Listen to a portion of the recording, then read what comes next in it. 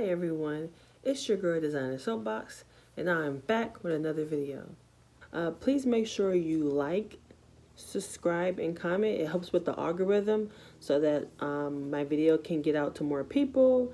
It also helps me know that you guys are liking this video. So if you guys can please feel free to leave a like and a comment. I really appreciate it. It's free, so if you want to support me, that's a good way to support me. Thanks, guys. So, in this video, I want to talk about Experian Boost. In a previous video, I talked about things that won't help your credit score. And I briefly went over Experian Boost, but I got feedback that you guys want to know more about why I feel like Experian Boost will not help your credit score. So, I wanted to just make a video on it to give you some good reasons on why it won't help your credit score and why I personally think it's not worth it at all. So if you're interested, just make sure you guys stay tuned. Also, if you stick around to the end of the video, I will be having an announcement at the end of the video, so make sure you stay tuned. So if you don't know, Experian Boost is basically a feature that Experian offers, and it does exactly what it says. Experian Boost, it boosts up your Experian credit score. And so basically what you have to do is sign up within your Experian online account, and then it will prompt you to basically add bills that currently do not report on, that don't report to credit bureaus. So you're adding bills that you pay monthly that usually doesn't actually show on your credit report. You'll add those to Experian Boost, and then it will show like the payment history. It basically will make your score go up based off the bills that you add. So for instance, usually it's utility bills like Xfinity, cable, phone bill, PG&E, SMUD, bills like that will probably be eligible for Experian Boost. So I also got Experian Boost when I first heard about it. Right, so this is why I'm making this video as well, because I actually been through the process, and yeah, and I wanted to share with you guys my thoughts, but also give you some facts behind it. So once you sign up with Experian Boost, they basically ask you to add the bills to the the Experian Boost, and then depending on how much your bills is. So say for instance, you have a cable bill that's $150. You have a PG&E that's $75. So that's $225 in total, right? So you have $225 added onto your credit report. So pay attention, guys, because this is what really got me like on the edge of Experian Boost. Like what? So that $225 of the bills actually is added to your debt. So it's added to debt. So debt is considered negative. So usually when you add a credit card, for example, and you get like a $1,000 credit limit, it is added to your available credit, right? The debt doesn't come until you start purchasing on your credit card. So if now that you have a $300 balance, then you have $300 added to your debt, right? Because it's reporting as $200 that you spent on your available credit. So you would think that the $250 would be added to something positive, but it's actually added negatively, right? So that was one thing that kind of turned me off from Experian Boost. Like, okay, why am I adding debt to my credit report? That doesn't make any sense. So it does add debt to your credit report.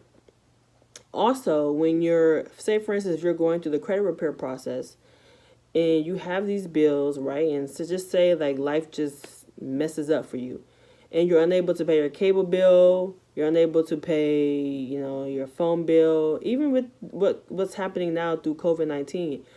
Some people may have had their bills go into default and late payments and stuff. But with Experian, once you add that to Experian Boost, you are actually admitting that these are your bills. So if you admit to those bills and those bills actually go in default into collections or late payments, and then you try to dispute them, They can easily respond back to you and say, hey, we have a signature from you. We have authorization from you that this is your bill. Because usually during a dispute process, you're kind of telling them that this isn't my account. Please remove this from my credit report. But you're basically admitting to Experian that this is your account because you signed up for it. You added those bills to your account, and then you're basically telling them, yes, please add this to my credit report to boost my credit score. So that was another thing that I was kind of like, okay, is this a setup? This is definitely a setup. So that's another thing that I was like, okay, you got a point there. Because what if something goes wrong and I need to, a bill decides to go into collections or a late payment is added or whatever the reason, I'm unable to dispute that because now I'm giving up my rights and I'm also admitting that this is my debt. So they may, respond, the credit bureaus may respond and say, hey, we have proof of this stuff that you added to this on Experian Boost. So another thing that I really got me on the edge is, in order for Experian Boost to work, you have to add your bank account information. So that was like, when did credit bureaus, ask for bank information? Like what? What does it have to do with my credit? So I was like, okay. When I first did it, I was like, okay. But then I thought about it. I'm like, wait a minute. Did I just give Experian authorization to my bank account?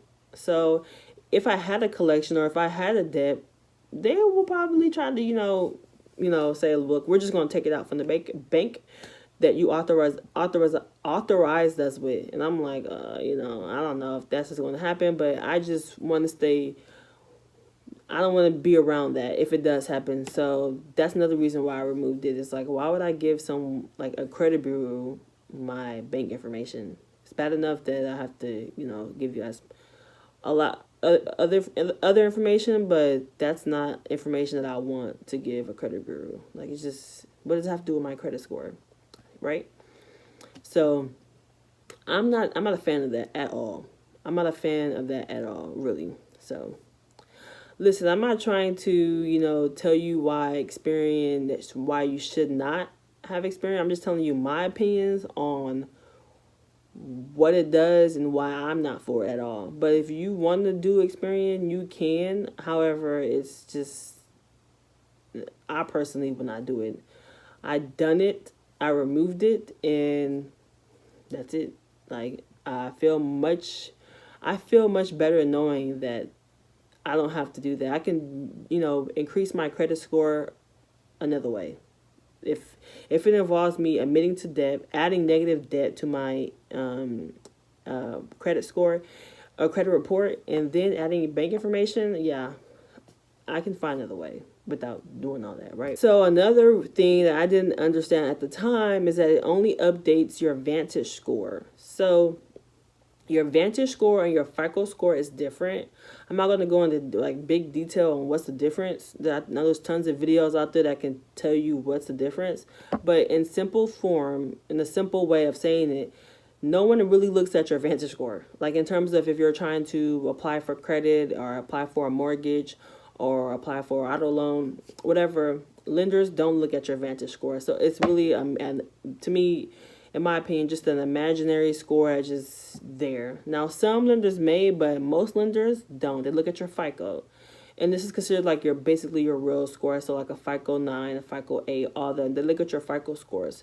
So when you do the Experian Boost, it doesn't update your FICO score. So it's like, well, what's the point of me doing all of this and doesn't benefit me in the long run? It doesn't benefit me when I want to go to apply for credit or apply for a mortgage. It doesn't benefit me at all. So what's the point of it, right? So that's another thing that kind of turned me off when I found out the difference between Vantage and FICO. Usually Credit Karma will show your Vantage, right? But Credit Karma doesn't have Experian on there, so so the only time you'll know what updated your VantageScore is actually going to Experian.com. But that's basically your VantageScore with Credit Karma. Like Credit Karma is an example of your VantageScore, and then My FICO is an example of your FICO score.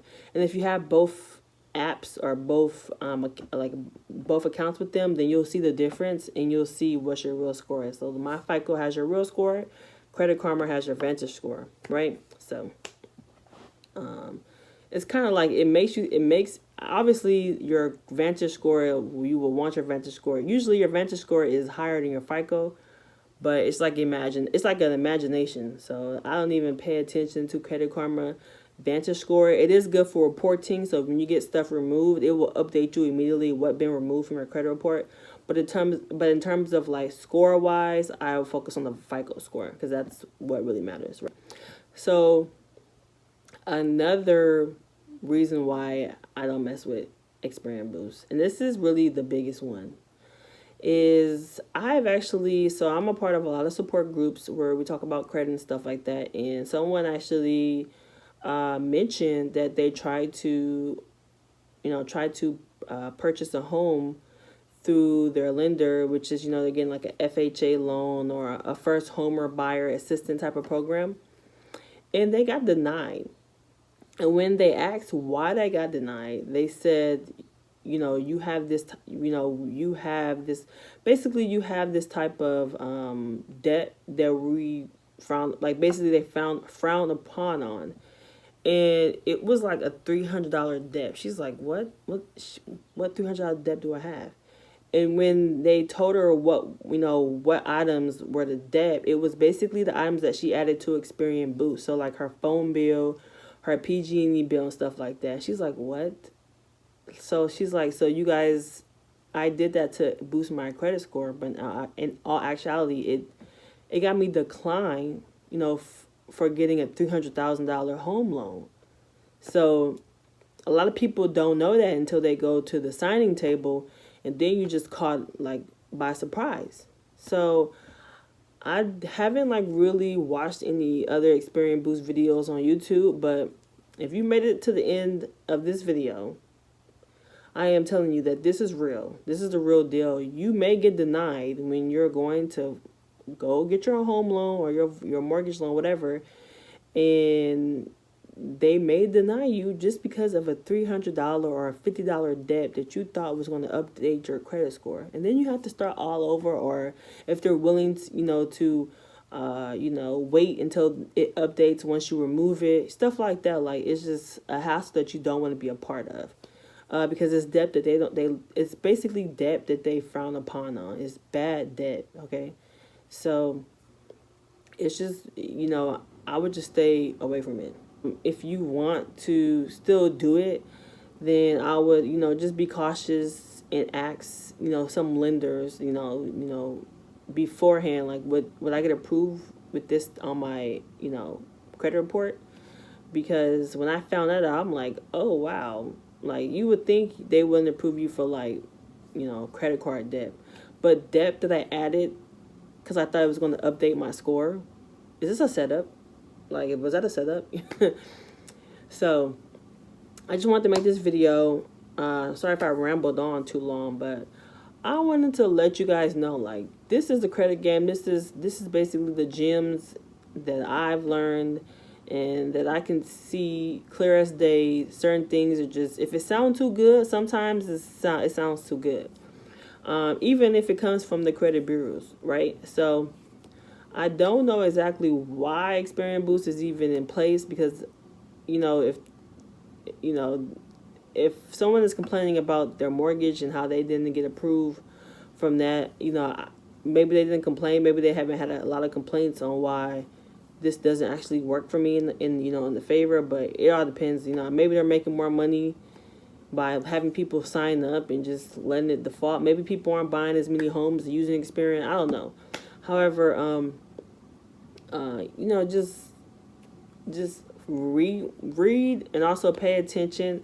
Think about it. If you're second guessing something when it comes to credit, just don't do it. Your credit is going to be with you for the rest of your life. This is how you change your life. This is how you're able to obtain things, and you need it to be as clean as possible. So even if you know, during a credit repair process, we see videos like this, and and I see videos on YouTube and stuff like that, people saying, this helped my credit score, you should try this. Yes, research it first, but just don't always sign up for it, right away, because I was that person. And then once I did more research and started being a part of a lot of support groups, when we talk about credit, and I immerse myself in credit, I'm like, that does make sense, and that's exactly what I did. And when people actually are going to the mortgage and lender signing table and they're getting denied, I'm like, what about me? What if, because I have that same stuff on my credit report, they may deny me. So I wanted to be as transparent with you guys about this. It deserved a video by itself, and here it is. So let me know down in the comments, do you have Experian Boost? Were you just thinking about Experian Boost now that you heard my opinions and just my experience? What do you think? Like, would you try it? Let me know. I would love to hear your experience. Or if you were that one that had Experian Boost and you got denied from trying to buy a loan, what happened? Like, did they wait for you to remove it from your credit report, or did they automatically deny you? So I love for you guys to leave the comments, because I also read the comments, but also people that view the video wants to know, and credit is no joke, so we want to know. This is the reason why I made videos, is because there was a lot of content that was not online, and sometimes we need to have a reassurance and see other people testimonies and just like hear their experience to understand credit, because credit is something that wasn't taught to us in school. So we're out here learning from each other. So this is the reason why I really like to make videos like this. I'm not a know-it-all. I'm learning just as much as you. So I will never knock anybody on what they don't know and what they do know, because I'm still am in the same bubble as you, where we're just looking, learning, and sharing more information to each other. So basically, just think of me as your credit buddy, right? I'm not a credit repair specialist. I'm not a credit know-it-all. I just showing you the game on what works for me, basically. So I hope you enjoyed the video. Please leave a comment down below. Please leave a like, and please subscribe. I'm on my way to 3,000 subscribers. I really appreciate you guys' support. I really appreciate those that brought the ebooks. I love when you guys email me and comment and let me know what actually works. If you have any questions, you can always email me. I'm always responding to your emails.